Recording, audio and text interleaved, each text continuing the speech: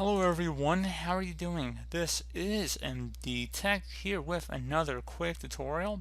In today's tutorial, I'm going to show you guys how to determine the partition style of a disk on Windows 10. The tutorial will apply for Windows 7 and Windows 8 devices as well.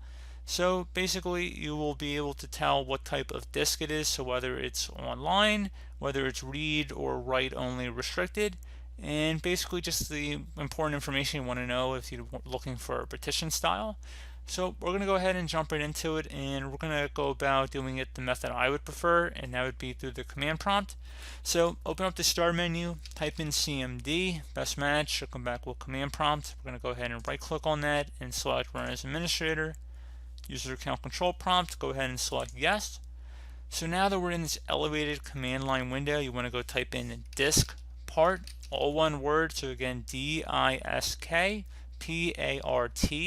Hit enter on your keyboard, give it a moment here, and then once you have disk part followed by a right arrow and then a blinking cursor, you want to go type in list space disk. So again, list disk, and the disk is with a K, not a C. I know some of our British friends spell it with a C, I believe, over there. So we're just going to hit enter on our keyboard, and once that is done, it should provide you a disk number as well as the status, size, as well as how much size is free here as well in the disk. Okay, so you'll notice that underneath the GPT column, if there's an asterisk, that means that the disk is using a GPT style, and if there is no asterisk, it's using an MBR style. I just wanted to point that out.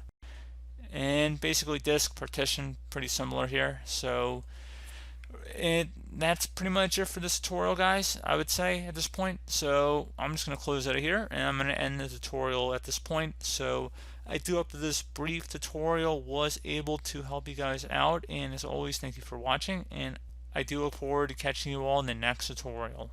Goodbye.